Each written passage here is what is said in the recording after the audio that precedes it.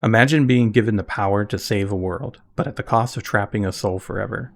Or you could end that world, freeing the soul, but erasing everything and everyone inside of it. What would you do? That's the impossible choice at the heart of Expedition 33. Hey everyone, welcome back to the channel. Today, after having completed the game, we're diving deep into the story of Clair, Obscur, Expedition 33, a game that hit me much harder than I expected. Now, this is the impressions after the end of the game, which shifted greatly from the end of Act 2. To see the impressions before the shift, check out the card above or the description below. If you have already finished it, you know exactly why. If not, brace yourselves for spoilers and a journey through art, memory, and the hardest choices we face. Expedition 33 takes place in a surreal, Belle Epoque-inspired world where every year, the mysterious paintress paints a number, and everyone of that age is erased from existence. It's a world built on loss and the desperate hope of those left behind.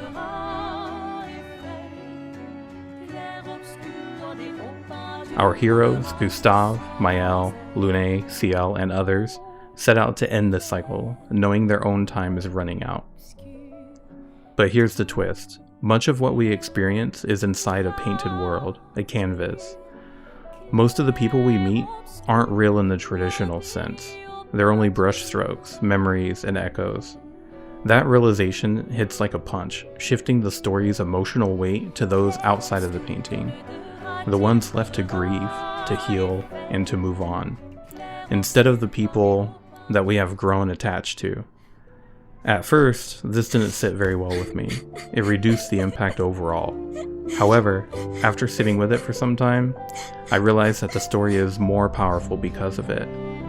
It took the emotions to another level, as it expanded on dealing with loss and grief of real people outside of the canvas.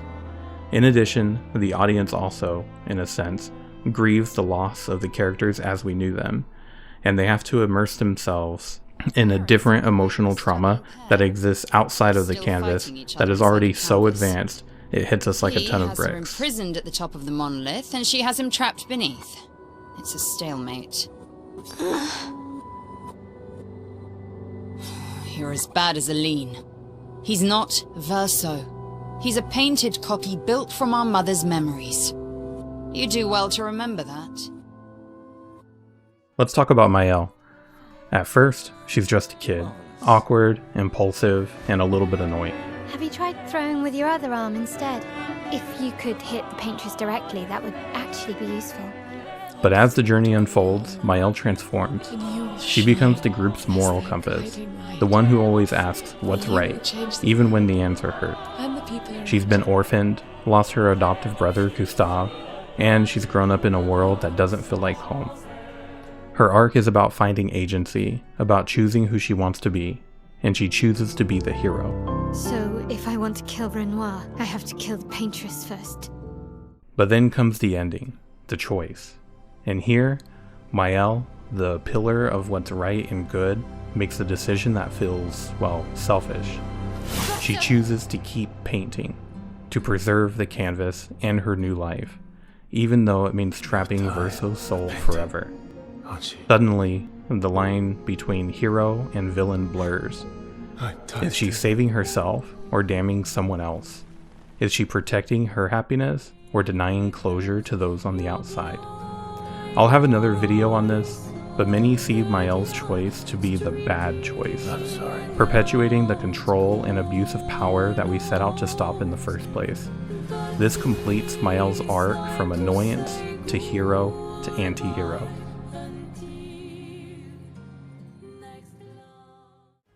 As the story progresses, what you thought to be true all along starts to shift. Who was once good is now bad. Who was once bad is now good. You start to question what even is good and bad. And you start to understand why Renoir is doing what he is doing. The worst day of our lives is going to suffocate you and take you from us too! But you also start to understand why Aline is doing what she's doing. You're forced to pick a side and decide for yourself what is right and wrong. This comes to a climax when you're forced to choose what is right, impacting how the game ends. Let's break down the choices. Keep painting. Mael chooses comfort and stability in the canvas. My life of loneliness in a shell of a body, with no voice and no future. Verso is trapped, his soul unable to move on. Aline, outside, can't find closure. Renoir keeps fighting. The family remains fractured. The world inside the painting continues. But it's a world built on denial and refusing to let go. Stop painting. The canvas and everyone in it ceases to exist.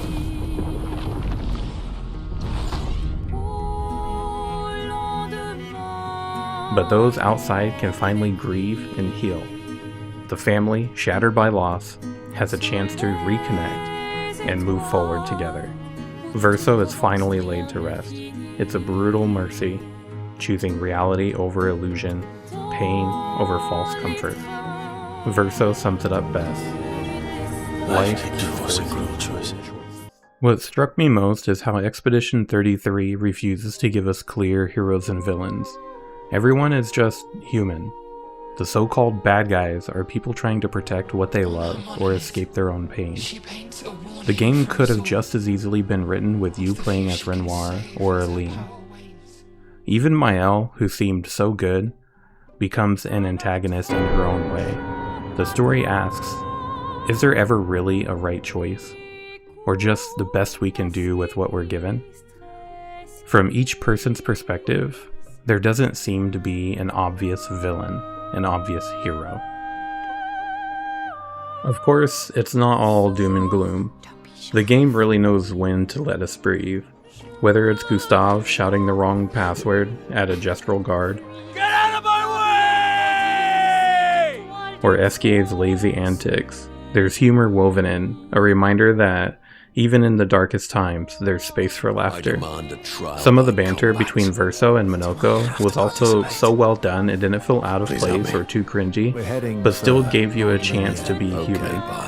There will be a lot of fighting, man. Oh yeah, that's true. Yeah, it's true. There will be a lot of fights. Exactly. Count me in then. When one falls, we continue. It's a mantra for the expedition, but also for anyone who's ever had to keep going after a loss. The game explores the grief, coping, and the search for self-worth in a world that keeps taking things away. So here's my question for you.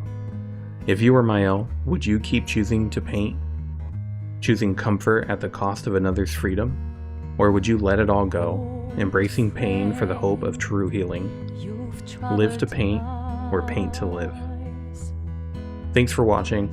If this story hit you as hard as it did me, don't forget to like, subscribe, share your own reflections in the comments, and keep an eye out for more exploration on the impact of Verso's and Mael's choices. Until next time, we continue.